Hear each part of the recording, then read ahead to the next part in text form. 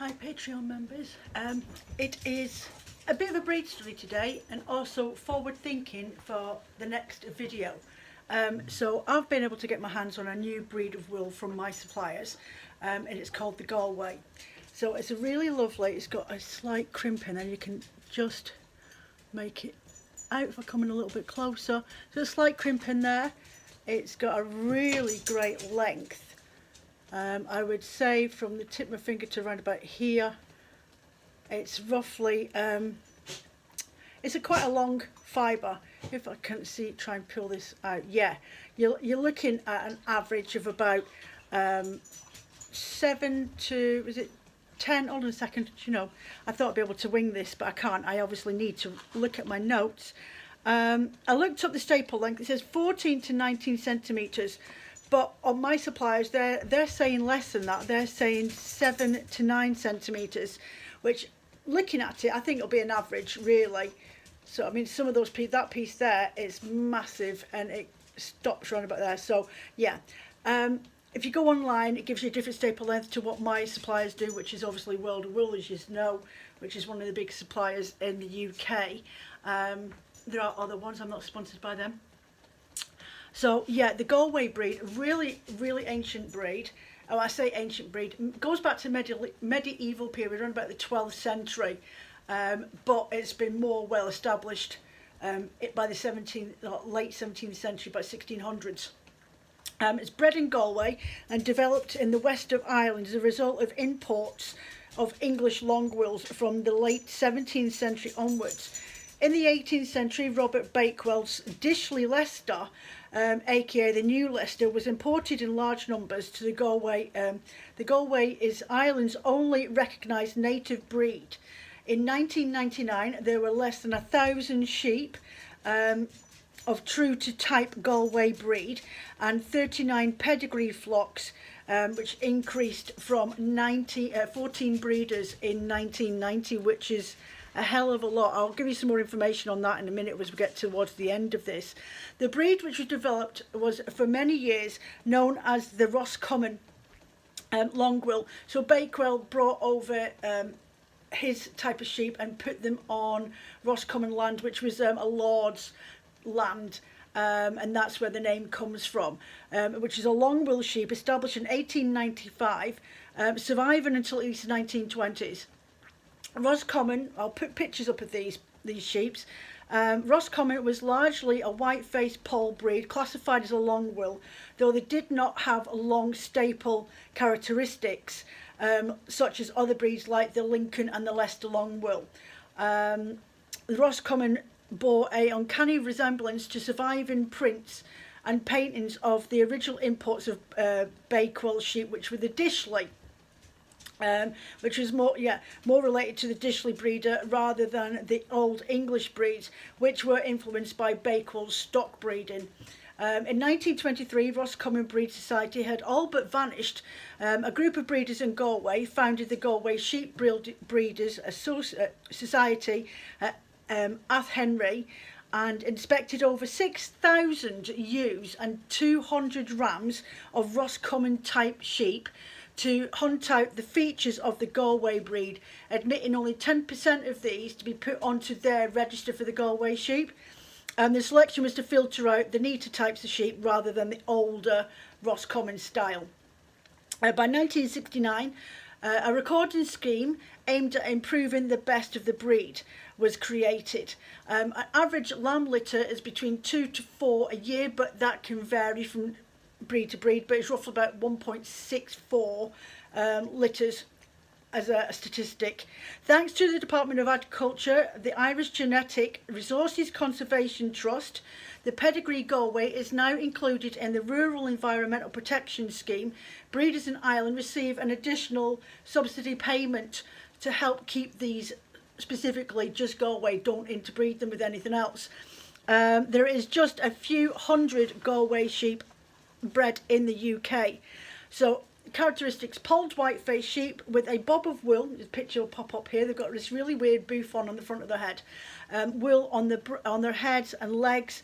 They've got dark lips and spots. Dark spots are common on the ear, but years and years and years ago, a couple of centuries ago, merinos and other breed sheep were sent over to Ireland, and they say that some of these sheep could have like pinkish coloured markings to their ears, which is a distinction from the merino. So they have been at some point bred with merinos, but only ever slightly. The average ewe weight is 74 kilos. Average ram weight is 80 to 85 kilos, but they're primarily bred for meat because they're quite stocky built sheep.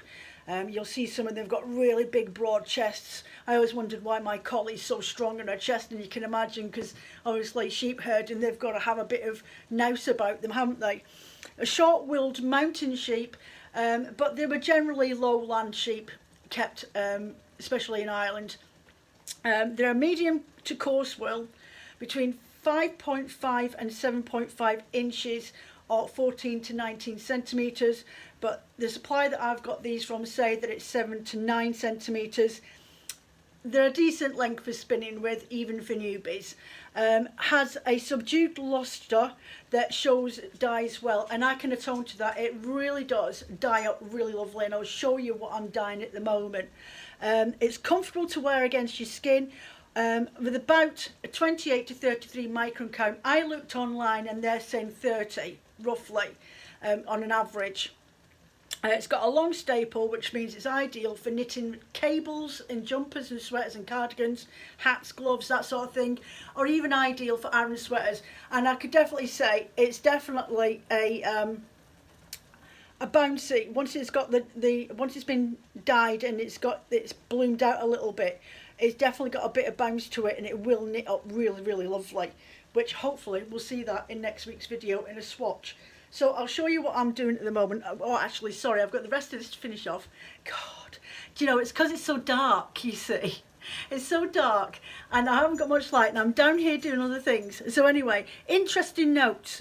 In 1776 to 1779, period, English breeds were not in great favour in Ireland, as you can imagine. And some of these sheep were actually killed for political reasons.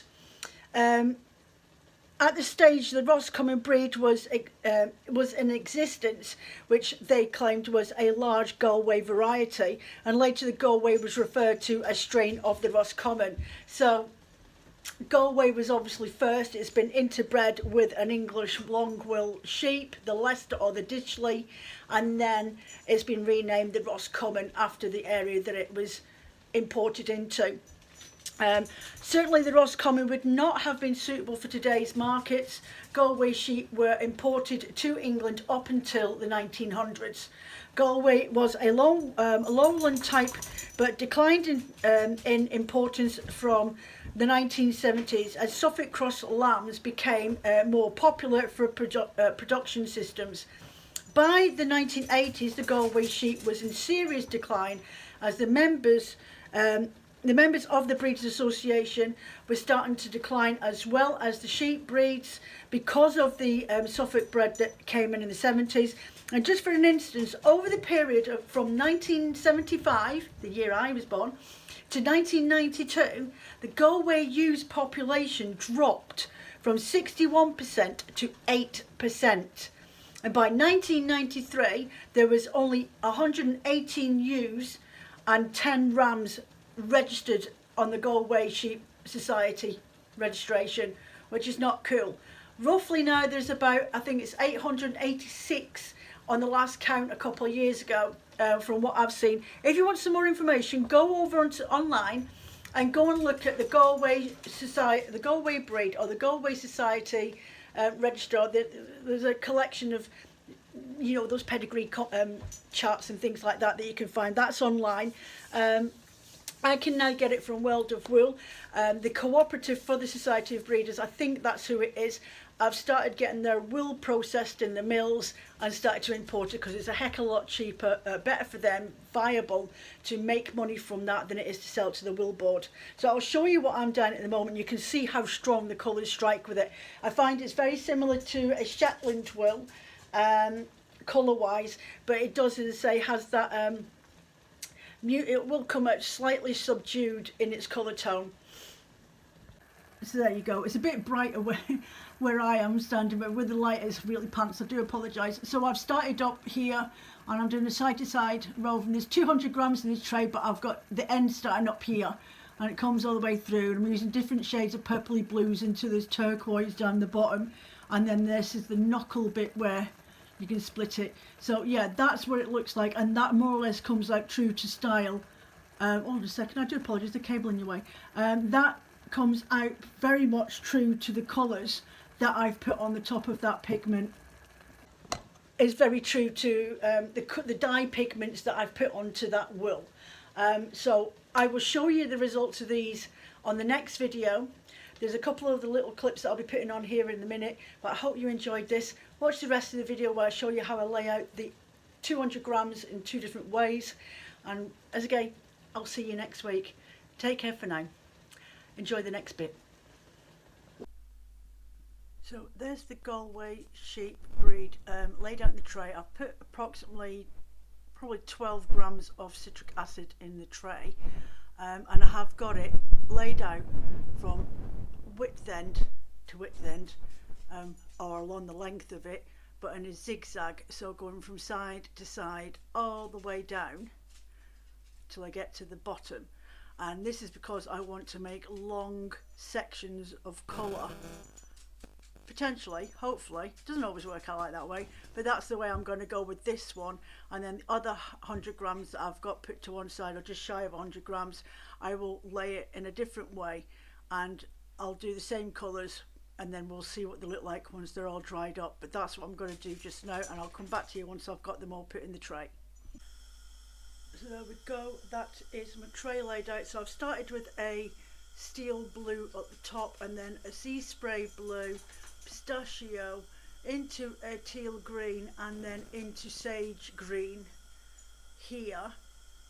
So we'll see what they look like, but I have dyed this wool breed before. I actually have 3 art bats on the website at the moment using the Galway sheep breed, and I've got Rolex I'm in the middle of doing at the moment. They'll be on the website over the week, and they've got the Galway breed in them as well. So these ones you will see dried up next week's video, and we will prep one of the rovings and get it spun up, and we'll knit a swatch and we'll see what the results are like. But I'm just going to get this one done. I'll be back when we get the other one laid in, and I've got 200 grams there as well that I'm going to do in a different colour in a larger tray at the same time, and then that one will probably end up on the website as well next week. But yeah, there we go. So I'll catch back in a bit once these are done and I've got the next one in. So the reason I've gone for this is because you can see that I want longer colour sections throughout the roving, and I'll do the same layout on the dies on the other one. So you can see how I've laid this out now is different. The other one went that way across from side to side.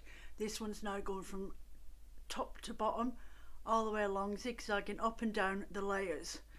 So when I pour this on in a second with the same colours in the same way, you'll see a completely different effect on the roving, which I'll do that now and you can see how it's laid out. So it's laid out the same colourway as I did the first one, all the way up there to the top. That's the citric acid sitting on the top of it. It's got to soak in yet. But what this means by doing it this way, it means I'm going to end up with shorter blocks of colour throughout the roving. So it'll literally go, let me see, about 2 inches of dark blue, then mid blue, then into this green, and then into the darker green. And it's like literally, then you'll turn here and it'll be about 5 inches of green, and then back into shorter sections. And then as that turns up there, you'll end up with a larger section, but not too big. And then it goes all the way through and keeps repeating that. So you've just got shorter sections.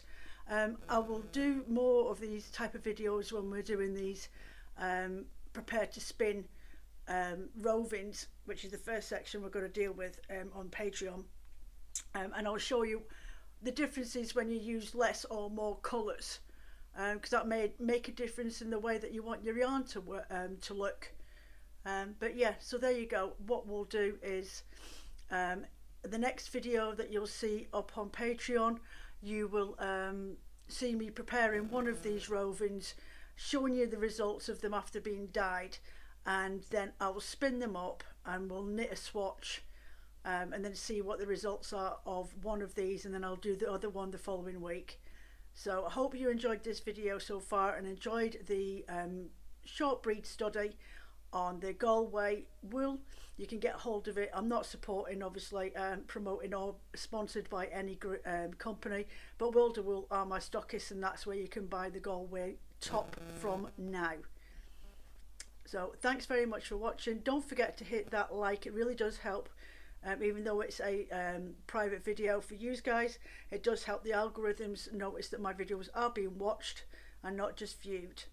Thanks very much. Any more questions or comments, put them in the comment section below this video, and I'll get back to you with any queries that you may have or any other information that you weren't sure on.